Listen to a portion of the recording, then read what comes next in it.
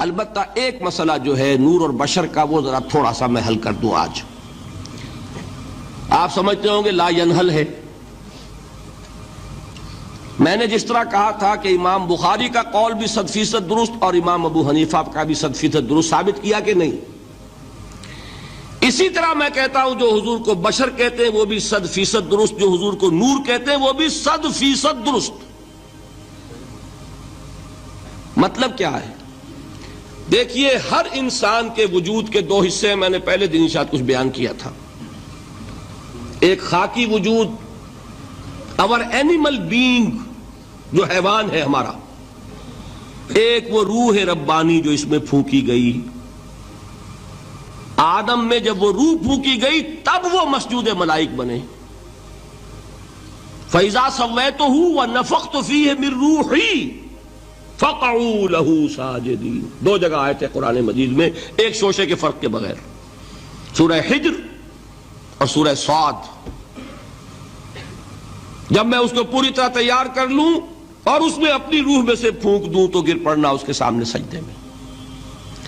ہمارا جو خاکی وجود ہے وہ ظلمانی ہے، اور جو ہمارا روحانی وجود ہے وہ نورانی ہے. اس کی نسبت کس سے ہے؟ اللہ سے. بات سمجھ میں آئی؟ لیکن ہم نے اپنے اس نورانی وجود کو اپنے خاکی ظلمانی وجود میں دفن کیا ہوا ہے، اور محمد الرسول اللہ صلی اللہ علیہ وسلم کا وہ نورانی وجود آپ کے اس خاکی وجود پر اس درجے غالب تھا کہ وہ خاکی وجود معدوم کے درجے میں ہے، لیکن وہ حضور صلی اللہ علیہ وسلم پر اثر انداز نہیں ہو سکتا. وہی خاکی وجود ہے جسے ہم نفس کہتے ہیں. نفس غلبہ کر سکتا ہے محمد پر صلی اللہ علیہ وسلم. حضور کی شخصیت کی نورانیت نے آپ کی شخصیت کے خاکی وجود کا احاطہ کیا ہوا ہے.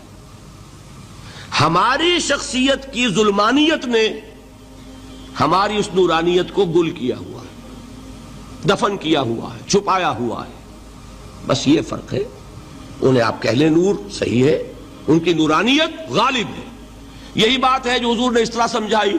دیکھو ہر انسان کے ساتھ ایک شیطان ہوتا ہے.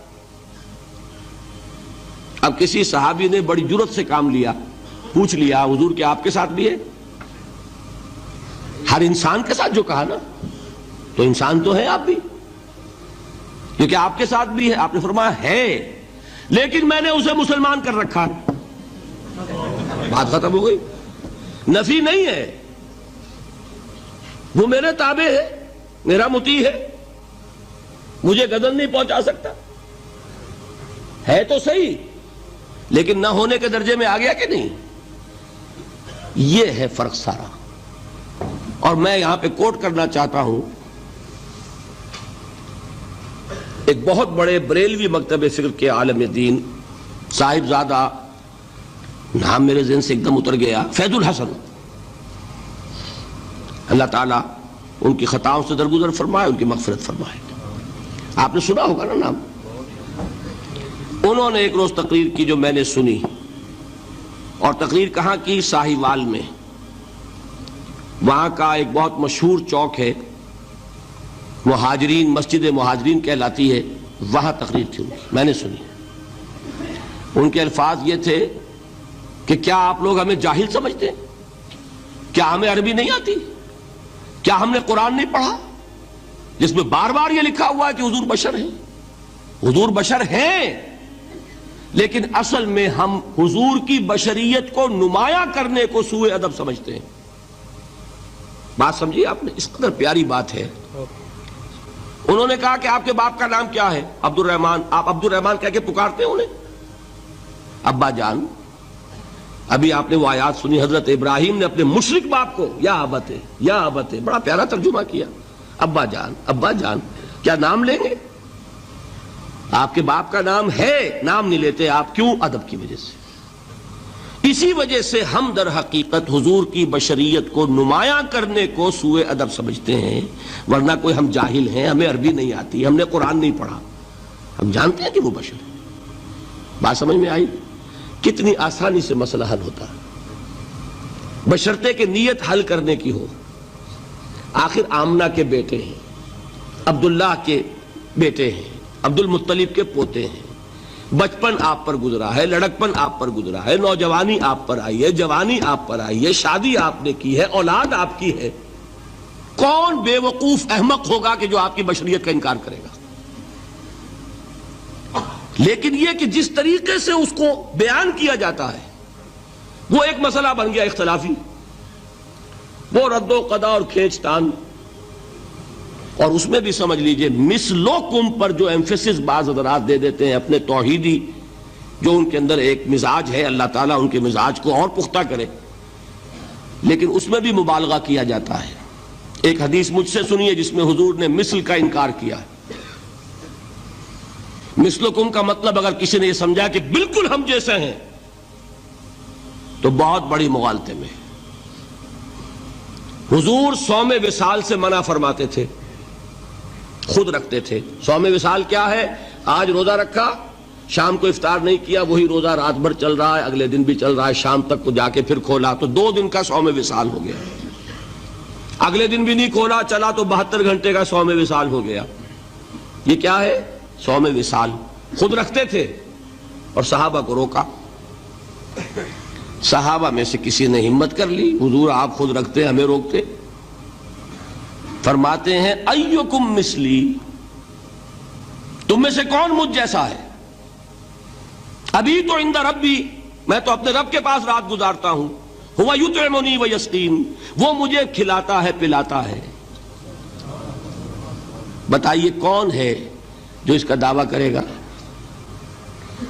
حضور کے خصائص ہیں۔ حضور خود فرماتے ہیں تم صرف سامنے سے دیکھتے ہو، میں پیچھے سے بھی دیکھتا ہوں۔ کہاں ہوا وہ مثلیت؟ اگر آپ نے بالکل اپنے جیسا سمجھ لیا تو بڑے مغالطے میں ہیں آپ۔ نبی کا مقام ہے، نبی کا رتبہ ہے، نبی کے خصائص ہیں۔ آپ سو گئے تو آپ کی نیند، آپ کی وضو ٹوٹ گئی اور نبی سو گیا تو کہاں گئی مثلیت پھر؟ مثل اس معنی میں کہ بشر ہیں، نسل آدم سے ہیں، اس میں کوئی شک نہیں، اس معنی میں مثل ٹھیک ہے، قل انما انا بشر مثلکم، لیکن ہر اعتبار سے تو نہیں۔ سب سے بڑا فرق یہی ہے کہ وہی آ رہی ہے، معراج پہ تشریف لے گئے ہیں، اس دنیا میں بیٹھے ہوئے بھی جنت کا مشاہدہ فرما لیتے ہیں، کرا دیا جاتا ہے، دوزخ کا مشاہدہ کرایا جاتا ہے، فرشتے کو دیکھ رہے ہیں۔ یہ چیزیں ہیں، اور پھر خصائص جیسا کہ میں نے عرض کیا کہ آپ پیچھے سے بھی دیکھتے ہیں۔ آپ کا معاملہ یہ ہے کہ آپ اگر سو جائیں تو آپ کا وضو نہیں ختم ہوگا۔ یہ ساری چیزیں جو ہے ان سب کو بیلنس کیجئے تو معلوم ہوگا کہ آپ بشر بھی ہیں 100% درست، لیکن آپ کی وہ نورانیت، آپ سراج منیر، ہدایت کا روشن چراغ، آپ کی جو روح انور ہے وہ آپ کے اس جسدی وجود پر اس طریقے سے حاوی ہے کہ گویا کہ اس نے اس کی ظلمانیت کو ختم کر کے رکھ دیا ہے۔ اس معنی میں کوئی کہے نور مجسم تو مجھے کوئی اعتراض نہیں۔ یہ ہے ان چیزوں کو جمع کرنے کی شکل، خواہ مخواہ کی کھینچ تان کے سوا کچھ نہیں۔